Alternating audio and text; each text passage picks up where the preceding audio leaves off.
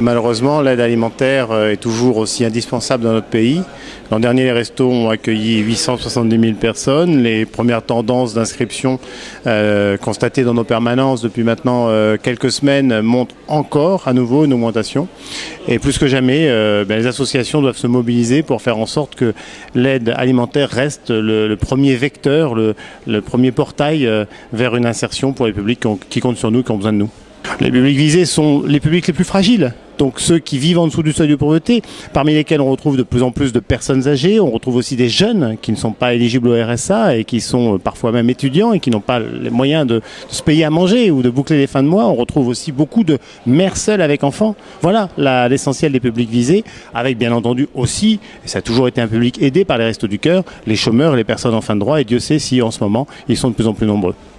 Les bénévoles des Restaurants du Cœur, aux côtés des professionnels, font un travail d'accueil des familles qui connaissent des difficultés, des jeunes, même des retraités qui ont des difficultés pour s'alimenter normalement. Et à partir de la distribution de repas, c'est l'occasion aussi d'échanges avec les personnes, les familles concernées, pour étudier avec elles quels sont leurs droits, parce que certaines personnes ignorent leurs droits, et établir avec elles un parcours de réinsertion. En 86, Michel était allé plaider parce que ça lui semblait aberrant et il a fallu que ce soit un clown qui fasse ça, plaider l'ouverture des stocks européens, en tout cas des surplus des stocks européens, à des personnes qui de toute façon ne pouvaient pas entamer le marché puisqu'on n'avait pas les moyens.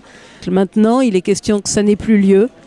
Et ça, c'est gravissime parce que d'un côté, on a de plus en plus de fréquentation, de l'autre, on a de moins en moins de moyens. Qu'est-ce qu'on fait ?